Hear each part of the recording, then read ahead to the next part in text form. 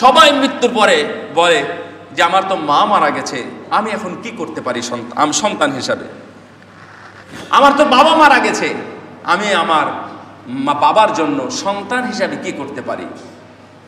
এই প্রশ্নটা কেন করে জানেন? আওয়ালাদিন সালেহ ইয়াদউ লাহু, এমন সন্তান রেখে যাবেন যে আপনার জন্য দোয়া করবে।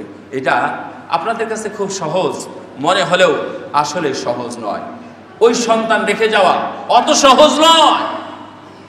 রাসূল সাল্লাল্লাহু আলাইহি ওয়াসাল্লাম খাদিজা রাদিয়াল্লাহু তাআলা আনহার জন্য আজীবন দোয়া করে গেছেন, মৃত্যু পর্যন্ত দোয়া করে গেছেন।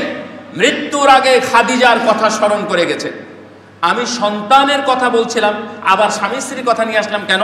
যে এখানে খাদিজার সাথে তার মা বাবা অথবা সন্তানের সম্পর্ক তখন খুব ছিল না, কিন্তু রাসূলুল্লাহ সাল্লাল্লাহু আলাইহি ওয়াসাল্লাম ছিলেন। যদি তার মা বাবাই মুসলিম হতো তাহলে মা বাবার জন্য তেমনটাই করতেন। তো আপনি মাত্র মরার 3 দিন পরে, 5 দিন পরে, 7 দিন পরে মা বাবাকে ভুলে গেছেন। শেষ মা বাবা মরার পরে আপনি মসজিদে এসেছেন, জানাজা পরে 2-4 ওয়াক্ত 5 ওয়াক্ত বা 1 মাস সর্বোচ্চ আপনাকে মসজিদে দেখা গেছে, তারপরে আর মসজিদে পাওয়া যায়নি। শেষ। তাহলে আপনার মা বাবা কিভাবে সুখে থাকবে, কিভাবে শান্তিতে থাকবে? তার মানে আপনি ওয়ালাদুন সালেহ না, আপনি মা বাবার জন্য দোয়া করেন না। মা বাবার জন্য দোয়া করা, সবাই বলে আমার মা বাবা মার, এটা অত্যন্ত গুরুত্বপূর্ণ পয়েন্ট। আপনারা এটা খুব গুরুত্বের সাথে শুনবেন। সবাই মৃত্যুর পরে বলে যে আমার তো মা মারা গেছে, আমি এখন কি করতে পারি সন্তান হিসাবে? আমার তো বাবা মারা গেছে, আমি আমার বাবার জন্য সন্তান হিসাবে কি করতে পারি? এই প্রশ্নটা কেন করে জানেন? করার কারণ হলো আমরা বলবো যে আপনি দোয়া করেন। 2 নাম্বার, ওরা উত্তর যেটা শুনতে চায় এবং এটাই উত্তর আপনারাও শুনেন, দোয়া করবেন। 2 নাম্বার হলো তাদের জন্য দান খায়রাত করবেন। আর একটা হাদিসে আসে যেটা, সেটা হলো যদি হজ না করে থাকে, টাকা পয়সা থাকলে হজ করবেন। আজকে এই 3টার একটাও শুনবেন না, আজকে উল্টা কথা শুনবেন। আপনার মা বাবা মরে গেছে, আপনি আমাকে জিজ্ঞাসা করেছেন, এর উত্তরটা শুনেন। 1 নাম্বার, এবং একটাই বলে যাচ্ছে আজকে। 1 নাম্বার হলো আপনি এখন থেকে পূর্ণ মর্যাদায় শরীয়ত যেভাবে আছে আপনি সেভাবে পালন করবেন, তাহলে আপনার মা বাবার সুখ শান্তি হবে। আমার কথাটা কি ক্লিয়ার? আমি আবারও বলি, আপনার বাবা মারা গেছে, আপনি এখন পূর্ণাঙ্গ পূর্ণ মুসলিম হয়ে যান। আপনি পূর্ণ মুসলিম ছিলেন না, আপনি এখন থেকে এই মুহূর্ত থেকে আপনি সালাত শুরু করে দেন। এই মুহূর্ত থেকে পূর্ণভাবে ইসলামী শরীয়তকে মূল্যায়ন করেন। আপনি এই মুহূর্ত থেকে সুদ ঘুষ ছেড়ে দেন। এই মুহূর্ত থেকে আপনার সুন্নতি লেবাস এবং সুন্নতি পোশাক, যে দাড়িগুলো আছে, এগুলো আপনি পূর্ণ মর্যাদায় রেখে দেন। আপনি পূর্ণ মর্যাদায় ইসলামকে পূর্ণভাবে মূল্যায়ন করেন। কোরআন তেলাওয়াত করেন, মা বাবার জন্য, আপনার জন্য। কোরআন তেলাওয়াত করেন, মসজিদের সময় কাটান, ভালো মানুষের কাছে যান, আলেম ওলামার কাছে যান, পূর্ণভাবে আপনার লাইফস্টাইল চেঞ্জ করে দেন। এতেই আপনার মা বাবার সুখ এবং শান্তি সবই হবে ইনশাআল্লাহ। কিচ্ছু করা লাগবে না। আমি আপনাকে আর বলবো না যে আপনি দোয়া করেন, কারণ একজন মুসলিম যখন মসজিদে এসে দোয়া করে, দোয়ার মধ্যে রব্বির হামহুমা কামা রব্বায়ানি সগীরা, এটা বলে না কোনো সন্তান আছে? আপনারা কি এই দোয়াটা ছাড়া কেউ দোয়া করেন?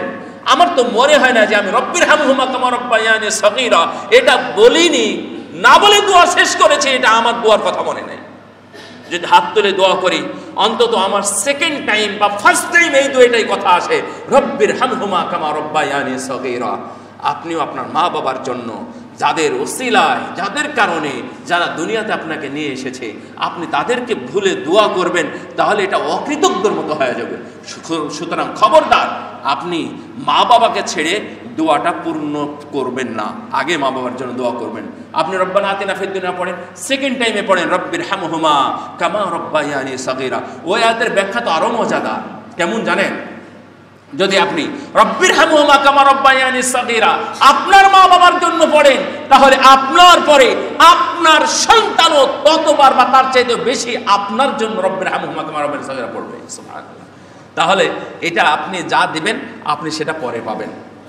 তো আপনাকে আমি আর বলতেছি না যে আপনি মা বাবার জন্য দান করেন, মা বাবার জন্য দোয়া করেন, আর মা বাবার জন্য হজ করেন।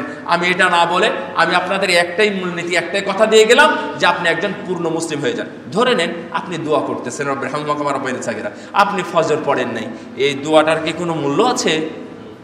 আপনি 2-4 কোটি টাকা দিয়ে একটা দামি নামে মা বাবার নামে মসজিদ করলেন, আর আপনি সিয়াম পালন করেন না, আপনি ঘুষ খান, আপনি সুদখোর, আর আপনি জালেম, জুলুম করে টাকা পয়সা অর্জন করে, জমি বিক্রি করে, জমির দালালি করে আপনি এগুলো অর্জন করেছেন, মসজিদ তৈরি করে দিয়েছেন মায়ের নামে বাবার নামে। কোনো প্রয়োজন আছে? এটা কি কোনো কাজ হবে? এটার জন্য কি কোনো আলেম ওলামার কাছে ফতোয়া নিতে যেতে হবে, নাকি আপনারা নিজেই বুঝতে পারেন? আপনারা কিন্তু নিজেই বুঝেন।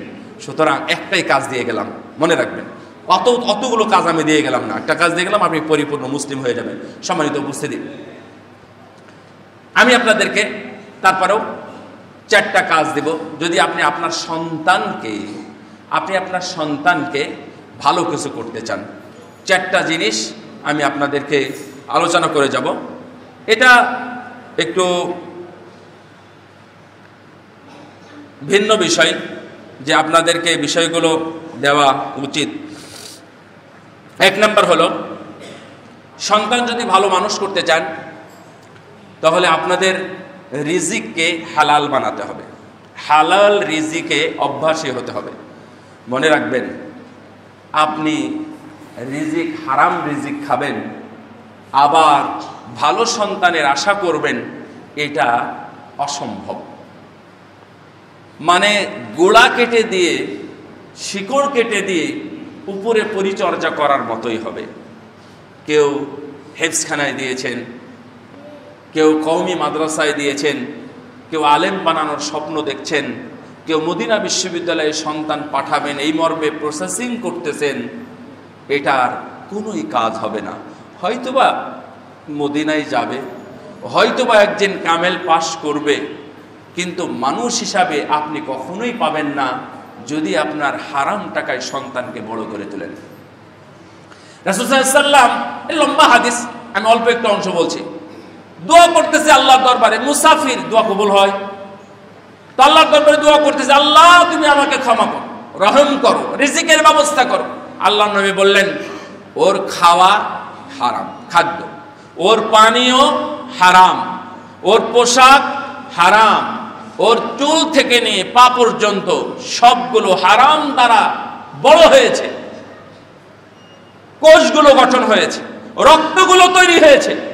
রাসূল সাল্লাল্লাহু আলাইহি ওয়াসাল্লামের মুখের বাণী এবং শব্দটা হলো, ফাআন্না ইস্তাজাবু লিযালিকা কাইফা ইস্তাজাবু লিযালিকা, কিভাবে ওর দোয়াটা কবুল হবে?